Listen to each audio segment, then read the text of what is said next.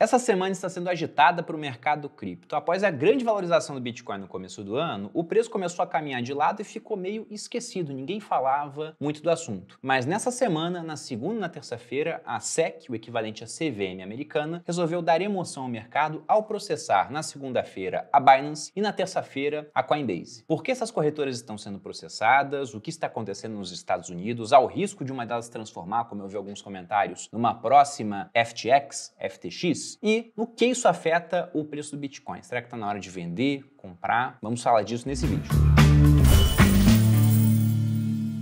E aí pessoal do Você Mais Rico, quem fala aqui é Bruno Perini, criador do canal, e antes de entrar no assunto do vídeo, eu quero convidar vocês a fazerem parte de um novo curso que a gente vai lançar no dia 19 de junho, a primeira turma do Viver de Renda no Exterior. O que acontecia até então é que os cursos de educação financeira aqui no Brasil, inclusive o Viver de Renda, alguns até falavam de investimento no exterior, como é o caso, o módulo 5 do meu curso faz isso, mas sempre focado no residente fiscal do Brasil, ou seja, na hora de explicar os impostos, a explicação era sempre voltada para quem paga imposto aqui no nosso país. E você que é brasileiro e mora nos Estados Unidos, já deu saída fiscal do Brasil, mora em algum país da Europa ou da Ásia e que quer investir, montar uma carteira global, mas evita fazer isso porque não entende a parte dos impostos, acaba ficando meio alijado, sem conteúdo feito especificamente para você. Mas isso vai mudar agora, porque no dia 19 de junho a gente abre essa primeira turma do Viver de Renda no Exterior. Eu sou um professor convidado do curso, quem vai ministrar as aulas é o Fábio Fares, analista com mais de 25 anos de experiência no mercado, mora nos Estados Unidos, paga os impostos dele lá e me ajuda no Viver de Renda desde a turma 12. Inclusive, a partir da turma 15, ele começou a ministrar essa parte do conteúdo de investimentos no exterior. Então, um cara muito capacitado, com uma ótima didática, com muita experiência de mercado e que vai pegar especificamente esse pessoal que já não paga mais imposto aqui no Brasil. Então, se você é uma dessas pessoas, brasileiro que quer investir, montar uma carteira internacional e evitava fazer isso por conta do medo dos impostos, dê uma olhada no conteúdo do Viver de Renda no Exterior. Para mais informações, você pode se inscrever no link que está aqui na descrição. Voltando agora para o assunto do vídeo, falando desse processo movido pela SEC contra a Binance e o CZ, criador da Binance, e depois contra a Coinbase. É até interessante, porque sempre que o mercado fica muito calmo, o que vem na minha cabeça é aquela cena do Tropa de Elite, quando o baiano ele fala mais ou menos algo como: esse morro tá muito tranquilo, alguma coisa vai acontecer. Com criptomoeda é exatamente assim. Se você tem um mês tranquilo, pode esperar que uma hora você vai ter uma notícia que vai chacoalhar o mercado. E que notícia foi essa? Aproveitando uma manchete da Live Coins, eu vou ler aqui ipsiliteris, a SEC lança 13 processos contra a Binance e seu CEO, derrubando Bitcoin e outras criptomoedas. E depois, a SEC fez exatamente a mesma coisa contra a Coinbase. Lembrando que a Coinbase é uma corretora americana listada em bolsa, e ela já experimentou o impacto no preço da sua ação, que chegou a cair quase 20% desde o dia 2 de junho. Nesse momento, acumula uma queda de mais ou menos 18,5%.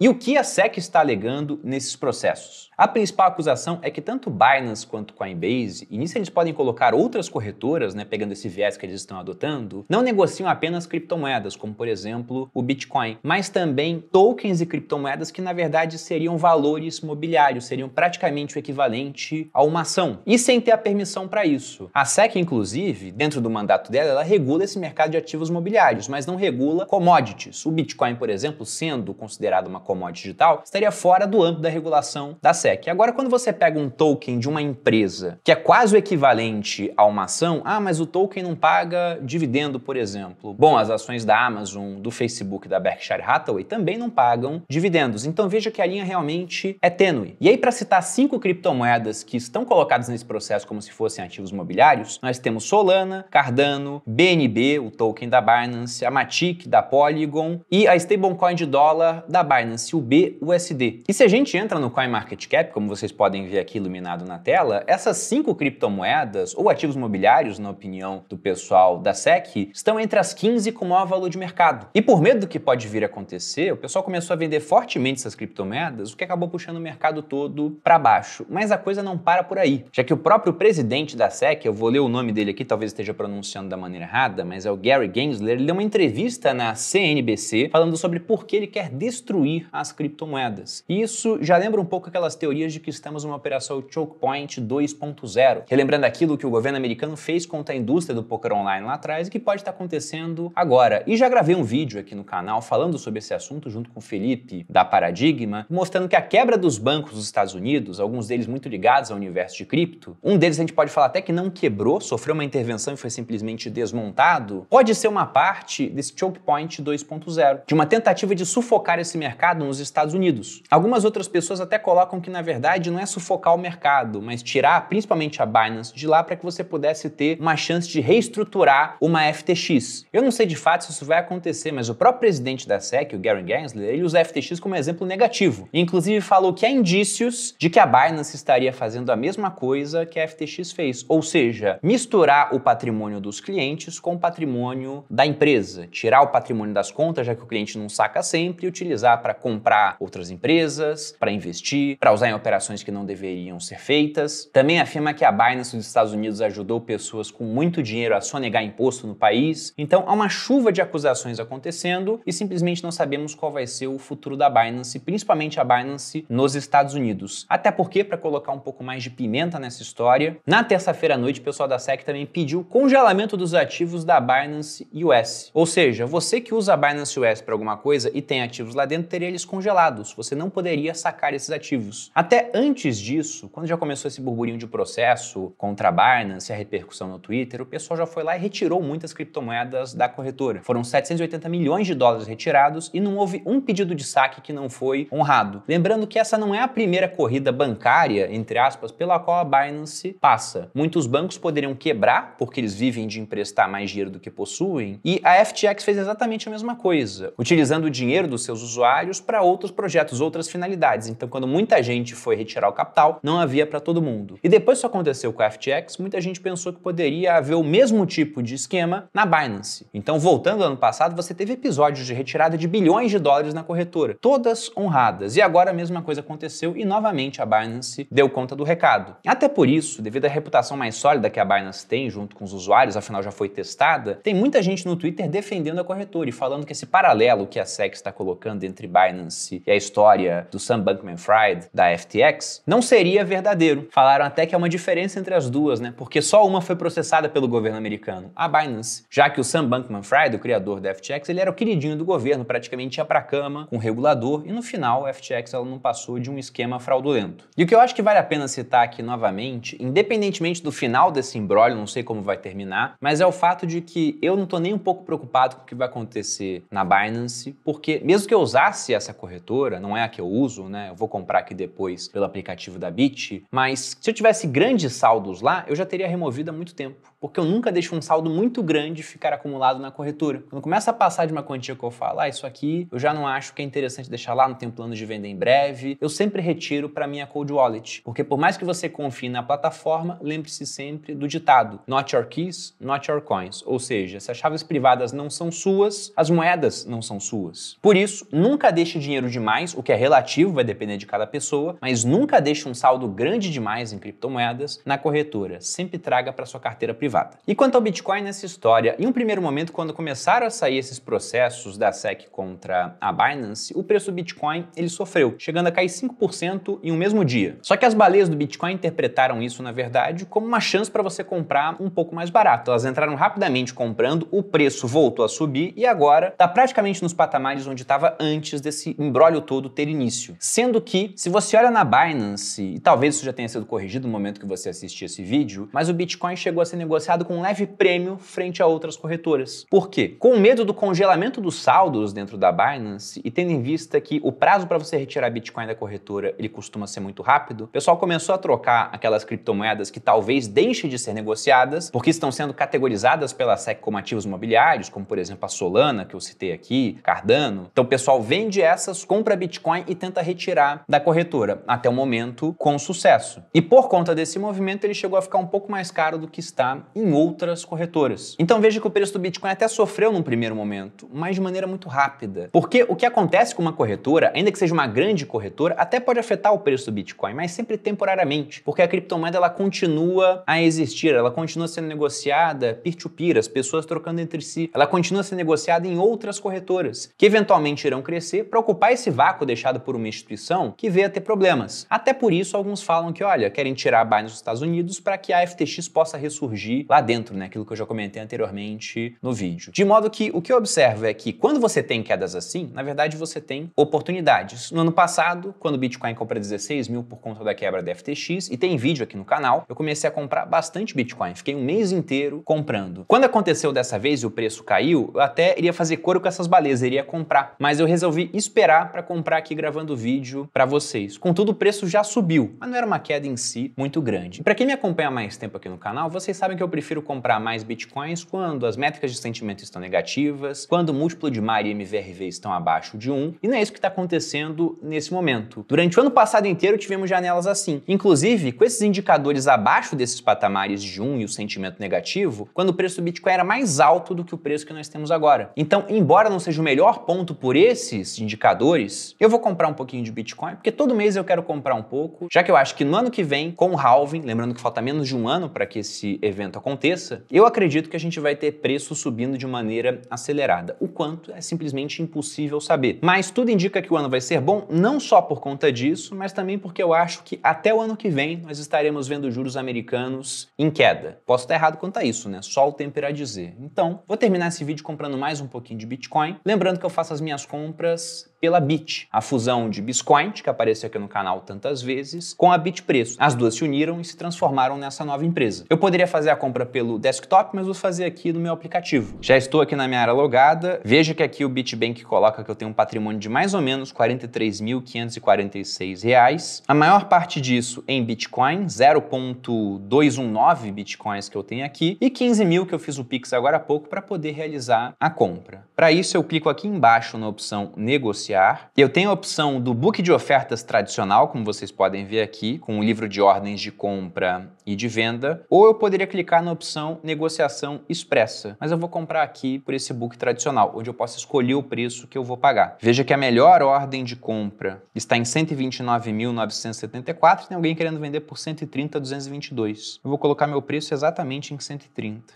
bem redondo. Vamos ver se alguém vai querer me vender. Quantidade, comprar 0,01, coloco para enviar. Pronto, a minha ordem foi enviada e alguém imediatamente colocou uma ordem a 130.001 real. Então, estou em segundo. E agora esperar a ordem ser executada, ver se alguém vai me vender. Sendo que, se você não quer esperar a sua ordem ser executada, basta você vir aqui na negociação expressa e aqui você vai colocar o quanto em reais ou em bitcoins você quer comprar. Tendo o saldo, você manda a ordem e você vai comprar daquela pessoa que está vendendo pelo melhor preço. Ou, se for uma quantidade muito grande, das pessoas que estão vendendo, né? Você vai limpando aquele book. Como eu não tenho pressa para isso, então eu prefiro ir na negociação avançada, que é onde eu estava, e esperar para ver se alguém vai me vender pelo preço que eu coloquei. E para quem quiser conhecer o aplicativo da Bit, eu vou deixar um link aqui na descrição do vídeo. Através dele vocês podem baixar e começar a utilizar. Da minha parte é isso, espero que tenham gostado desse vídeo. Se você gostou, dê seu like, se inscreva aqui no Você Mais Rico. Um grande abraço e até a próxima.